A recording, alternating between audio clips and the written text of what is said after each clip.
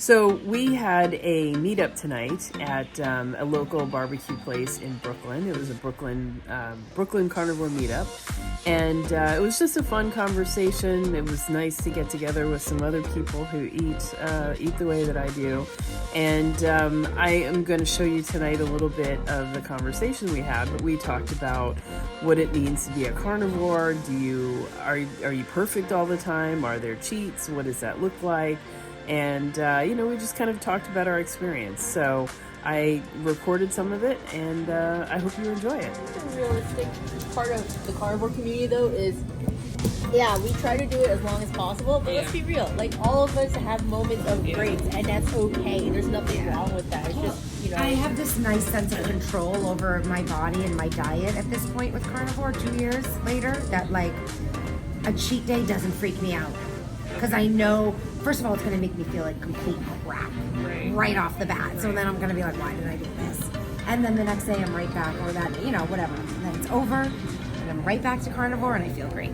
And it doesn't take that long. I think I'm getting to that point because I think for a long time I used to aim for perfection with carnivore. So I'm like, if you're a carnivore, you have to be carnivore every day for the rest of your life. You can never eat anything else.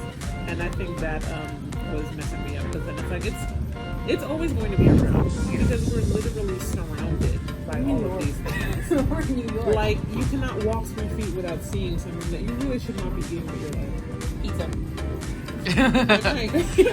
Is it pizza that gets you? Well, no, but I see pizza, pizzas across the street. Yeah. Like, we have a pizza parlor across the street. But that's so really it's like a fatty cheese.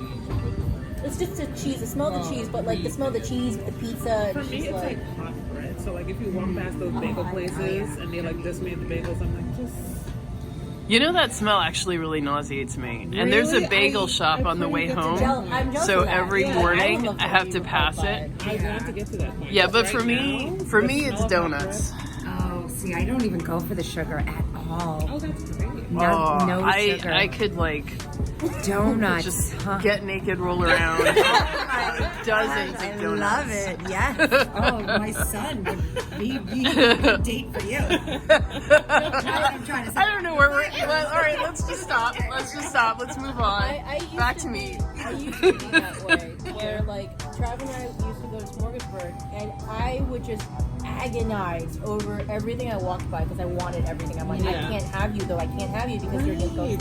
And so I used to guilt myself so bad for even wanting it. And then you get into the thing like disordered eating, right? Because you just feel guilty. You have this anxiety. And it creates this shame cycle, and it's but I always go to how good carnivore makes me feel, and I have that conversation, and I'm like, I'd rather fast. I think don't even touch any of it.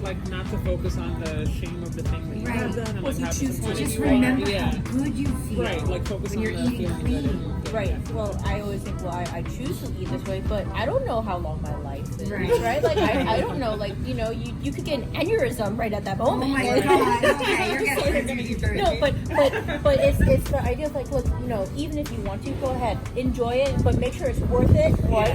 And then get back on the horse. Oh no, that's why I'm getting. That's why I said that.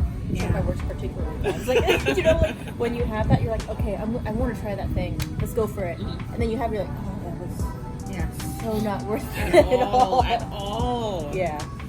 Which is why I'm very picky about if I do break it. It better be for a good reason. Like my wedding cake. We had a really nice carrot cake, and that was worth it. That was worth it. Yeah. But I don't know. I think at this point I've decided it's not worth it for me to break it because I do feel so bad, and it's so much work to get back into that Zen place. So it takes them a while longer. Yeah. So this is the first time I've been I think it's been since June. That was the last time I had anything that was off plan. Yeah. That's amazing. what was it? Dentine fire chewing gum. That was my jam. Yeah. I can't even say when last time I had fun was. Because I don't that know. used to be a big problem for me. I actually just ran out of my last piece of gum a week ago. It's so hard though. I go into I go into convenience stores, and they never used to have that flavor. It was always hard to get, and now it's everywhere. And I'm like, come in retro with all of it. or maybe I was buying it all, and I'm the only one who wants that flavor. Yeah. Yeah. And mango candy straws. Mango candy straws. That was another one. And they never had that flavor. Now it's everywhere. I'm too nervous about my teeth and my old age. I'm like, I can't eat anything sticky or, I'm like, no, I gotta I take was care never of all a of this. candy person. It's more just all the other stuff. Oh, it's all sugar for me. Like even as a kid, I didn't like bagels because it was too much bread. And in New York, when you would go back when I was younger and go get a deli sandwich, the sandwich would have meat this thick in the middle, and then there'd be like a little piece of bread. And I was like, this is great. My friends would complain, but I was like, what are you talking about? Just take the bread off, eat the meat, and it's good to go. Like honestly, like I think sometimes like I'll like try I kind of want to just have a little treat today, but like I want a good deli sandwich, right? Like where you get that fat stack and you can pretty much remove the bread at some point. Can't find that out here, so I'm like, all right, fine. You gotta go to Cats. Well, yeah, Cats. And even that's not all that great all the time. I've never been. Oh, it's What? so Really? There's like a little Gotta Cats. go. Yeah, there's like a taste of Cats or something. No, but it works just as well because it's basically Cats. It's just an extension. Kind of Yeah, it's pretty good. I'll check it out. But yeah, I like when I get into the groove of like hardcore carnivore, I don't even think about food is just a fuel source at that point. Like you kind of are okay with it being like for a while, like for pre-wedding diet, I was doing like chicken breast, cod, and shrimp. Oh God. Yeah, but the All thing together? was like just some like. I mean, you were just trying to do really lean. Right, I was trying to eat really lean, and it helped me cut. It helped me cut fat really quickly for like the wedding. Yeah. And I didn't even Really? Without the fat? It helped you? Yeah, because it's protein sparing modified fasting, right? So Did you become a real? I went really hardcore Okay, into it. Like yeah. I got the fish oil. I got like. I Did was you going become to- really, mean and awful? No, actually, I was okay. All right. That was I think you Good. should ask Travis. Well, the question is she mean and awful all the time? Which would say yes. But I was okay. I wasn't like bridezilling it out, but Right. but the thing was, it was really nice because I didn't think about the food as like Oh, I it love needs to that. taste good. It needs to Yeah. be like this. Everyone was like, "How are you surviving?" I'm like, "I'm actually really okay." Like, I Does feel all cravings satiated. go away? Like things like that, like the other part of like the talking, like all that goes away when you're just eating like a specific Right. thing. I was just drinking water. I kind Yeah, of cut coffee out at that point. Like I was. Oh, I can't give up my coffee. Right. Wait, so- why was it helpful to cut coffee on a protein-sparing modified fast? Well, I was just doing it because I was trying to minimize the cortisol going to Gotcha. my body. So Gotcha. like I think at that point I was thinking stress was also kind of causing me problems. So I'm Yeah. like, okay, what's the best way? Cut out the cortisol. And also it helps me sleep I better. do so much better without coffee. Well, It's I sleep surprising. better. I sleep better with less coffee. So I'm Sleeping wondering- is better. Hydration is better. Or alcohol. No, not more alcohol. It does not help. Yeah. I've been toying with quitting coffee. I go back and forth with the dairy thing, but I love dairy Same. too much, and it doesn't affect me. So I'm like, what the heck, why not? I think it definitely triggers some of my like overeating habits, and I do better when I don't. When I'm not having dairy, as much chicken or as much pork. Yeah. That's because cheese to me is like candy. Like it's Yeah, I'm they're like, so do you know how much cheese you can eat? Oh yeah, exactly. That's the problem. Like, if we're going to like the whole naming vertical of like TDER ratios, I've never made cheese waffles. They look really good. they are dang good. Oh my gosh, Trav made some with like brisket in it. Oh my He did it with God. brisket, and it was Save your divine. leftovers. That sounds delicious. Yeah, but Yeah, that sounds really good. Well, But I I've definitely been still. trying to do no coffee. Well, thought about it. Haven't tried it yet. What am I saying? Like every other day. I'm down to 2 cups a day though. 2 cups Yeah. in the morning, that's it. actually Yeah. do one That's cup now. better than just having I definitely notice it increases my anxiety as well. Huh, interesting. So Yeah. I'm a major. Not anxiety like, like, oh my God, I'm so anxious, but like I just get this feeling in my body like I'm ready to run and like I'm trying to sit down at my desk, but I'm like I've just got all of this nervous, anxious energy. That's a really good description for it. I don't feel that. I could Yeah. take a nap. I Yeah. could take a nap after. Really? Yeah. I find that I can nap after coffee, what they call like the caffeine nap before the 15 minutes before the Yeah. caffeine kicks in. But like I don't know, my body will be asleep, but like my brain will still be on, and it'll be like a really restless sleep. Yeah, too much. Yeah. Actually, the annoying thing for keto for me was, like in the thick of it, I will always wake up in the middle of the night. Every time. Yeah. It's really annoying. Like, I can't sleep straight through.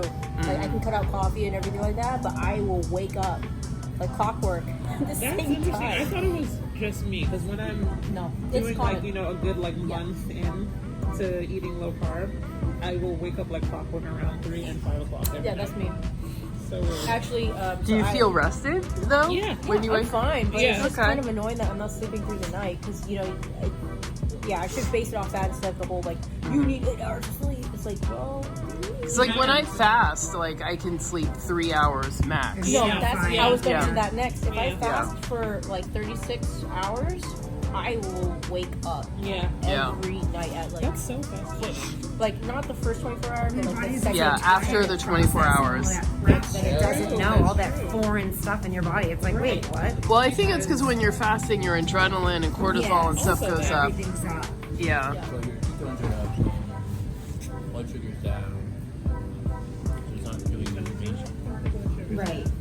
Which is what it would be doing if Fat we ate a bunch of crap. Fat burns cleaner than sugar, so maybe it would produce less waste products in the brain. So it means you need less sleep. Maybe. Like sleep, I think clears out toxins that accumulate in the brain It's true, and like healing. and like allows like larger pores or something to let it escape out. So maybe you just burning less sugar. Because if you don't have any, if you're not making any ketones, then your brain is completely dependent on glucose. Yeah. But if our evolutionary diet is like keto, then we have to have most of your life. Yeah.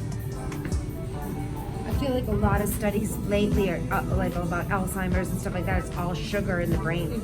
Yeah. I feel like sugar goes right to the brain. Yeah. Does it Yeah. first? Like Yeah. it's We call it crazy. type 2 diabetes. Oh, Yeah. okay. Well, Dementia and stuff like that, like brain stuff. but not just that. You know, I did this interview with Michelle Hearn, who just put out her book, The Dietitian's Dilemma. But she was saying that the studies are showing that what happens to sugar and processed foods makes your brain flood with glutamate, which is an excitatory thing, which so it gets you all hyped up, and it blocks or steals tryptophan and forces it into making glutamate, so it's not making serotonin, which is that neurotransmitter that calms you down and makes you feel content. And then it also causes inflammation and damage in your cells. And so wherever it causes inflammation and damage is whatever your problem is going to be. So if it's in cells that deal with, like, you know, depression, then you're going to be depressed, or it could be OCD, or it could be epilepsy, or it could be Whatever your schizophrenia. trigger is. Yeah. So it could be any number of things. But Whatever you were predisposed to. right. So I mean, when I learned that, it was like, oh my God, that's huge. Like, your brain is the most important thing to keep, you know, in tip-top shape. And we are like, you know, we're eating foods that not only that, but it releases dopamine when you eat these foods. So it's causing a lot of damage and making you feel like your brain is learning that this is a good thing because you're releasing the dopamine. And it's just like, oh my God, that's like criminal. Right. I don't understand Yeah. how it isn't. I Yeah. don't understand how it isn't. And then it's so widely available everywhere.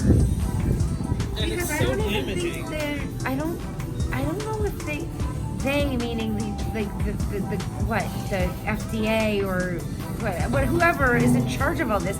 I don't even think they realize because they're eating the same crap. I don't even think they I don't fully know. do they? I think that maybe they do. Now, Joe Knifeland is that woman who focuses on food addiction, and she says that the executives who used to work in the tobacco industry moved over and started working in the snack industry. So they brought their same strategies, and so with the cigarettes, they did know the damage. Philip Morris. Yeah. Philip Morris always fast, right? So they did know what damage they were causing. Oh, okay. Yeah. Okay. Interesting. have to double check me on that, but I'm pretty Because sure I just feel like, but they don't care then, because they're all like overweight I just and read the first chapter. like look like shit and look like they're gonna kill over half of them. I don't know. It just I don't know. because Or they just have the money to get the whatever. Or they there. say to people, you know, that I mean, not everybody is damaged by this stuff. Or some people are able to eat a little and then they well, don't. not everyone is like physically damaged. By Yeah, you're right. You're Because for a right. lot of people, damage is mental, spiritual. Yeah, right. I get But major that's- depression when I'm eating carbs. Oh, 100%. Like I'm a different Like I'll be person. sad over like ridiculous things. Yeah. And I'm like, why do I feel this way? And then I think about how many Hormones. Like, oh, yeah. That'll do Right? I it. think hormones, but Yeah. they're regulated by what we put in our bodies. It's just amazing to me that people make such a like it's such a soapbox like talking point Sorry, Ruby. I that didn't sit down. you know cows are ruining the environment because of the cow farts and like I how get much, so mad at that. and like how fucking much it takes argument. to like manufacture a pound of beef and all of that, and it's like, do you see the massive amounts of processed foods and snacks that are going out and being shipped out all over the world, Yeah, and that's it right. What literally do you does think? not need to exist? Those grew on a tree and Right. gently. But obviously the problem is the cows, obviously. Not the 4 billion bags of Doritos that get manufactured and shipped all over the world. And contribute to that floating garbage mass in the middle of the Exactly. Pacific Ocean. doing way more damage than No, But they're like, no, it's cow definitely the farting. cows. Cow's methane is just such a significantly smaller portion of greenhouse gases. Right. And yet this is the battle that they want to pick. It's like, okay, there's way bigger things like China. China's industrial stuff, right? Yeah. And the cars and all of that. Manufacturing? Right. So it's just like you are picking a smaller percentage Exactly. in comparison to the Like whole. they're picking the wrong battle, but I guess that's by design. I know, and you look at it, it's like fossil fuel burning is like 80% of the problem. Exactly. So it's like, Exactly. why are we focusing on 4% when 80%, Yeah. even if you brought that down by a tiny percentage, that would still be a bigger impact than not eating Really, like, beef. blows my mind. Because you Yeah. go into one supermarket and you see these like aisles and aisles and aisles and aisles of things, and this is one supermarket. There's like 8 supermarkets in the area that Yeah. you are. I don't even know the other However aisles. many, Oh my and god, it's I like, love being carnivore for the grocery store fact. Okay, I just walk okay, the Ruby. outskirts. That's- I don't yes. go down any and then go aisle. home. That's why I And I enjoy go Costco. home. It's so great. It's Yeah. simple. I buy this. I mean, Yeah. 15, 30 minutes afterwards, there should be enough time for it to spike up a Yeah, good so amount. good. Yeah. But my readings just earlier today was like around like 72, 74. Oh, okay. So, Oh, that's Excellent. yeah. Yeah. Yeah, my graph should be very boring, and if it is anything but, then I'm very concerned. But, Yeah. I mean, I notice it goes up a little bit if I have coffee. It goes up to about 80 if I have coffee. Oh, that's interesting. Yeah, so I noticed that like it'll be interesting to see how my body reacts to different things. Like I'll try cheese later and see what happens. Yeah. Based off that, because I've had theories around I'd how like my to know body what reacts. happens on the cheese. No, and that's actually Curious. really what I am doing this for. Yeah. Because it's like if I have cheese, how much does my blood glucose spike? Yeah. Because everyone always has their theories about, oh, cheese, stalls me or all these things. I'm like, okay, what does my blood say about it? Yeah. Well, because I think it's like different for everyone, right? Exactly. You know, with So- all this stuff. I mean, Yeah, you kind of have to trial and error and see what works for your body. and recognize, like, listen to it. Yeah. Like, learn how. If Like, you don't. learn what works for your body and then actually do it. Yeah. Like, Well, I find when I'm fasting, my blood sugar drops a lot. And then the last I tried to do a 72-hour fast, and at 44 hours, I tested it, and it was 43. Oh, wow. Yeah. I So, hit yeah. 69 at some point today. Yeah. And I'm doing only like a 12 hour, honestly this was a 24-hour fast, but like Yeah.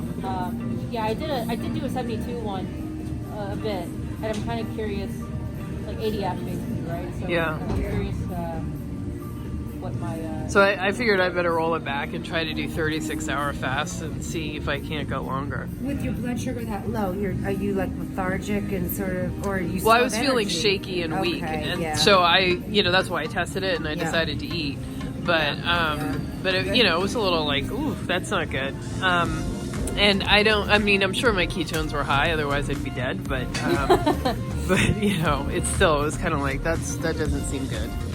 So my biggest thing is trying to get back into the habit of eating, because I actually am hungry, not because I want to eat and I'm bored, or like I'm trying to use food as like an excuse to not work. Well, I've had a massive problem with that the whole quarantine. I've got to say, I've been overeating, and you know, if I were eating regular food, I would have gained 50 pounds by now. So I've gained a little weight, but not 50 pounds. But I'm just kind of like, I just you want know. to be a busybody. Like if I can get into like a really interesting like work project, then I just stay stuck to my computer all day and just like am busying my brain. But like when I'm working on a project, I'm like, I kind of don't really want to do you. And I'm like, oh, food's an escape. Honey, we should cook. Yeah.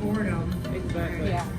Well, I decided I'm going to take some more longer walks because in regular life, something else to do. yeah, in regular life, I'd be, going to work, going someplace, walking around, and there's just like no opportunity to eat.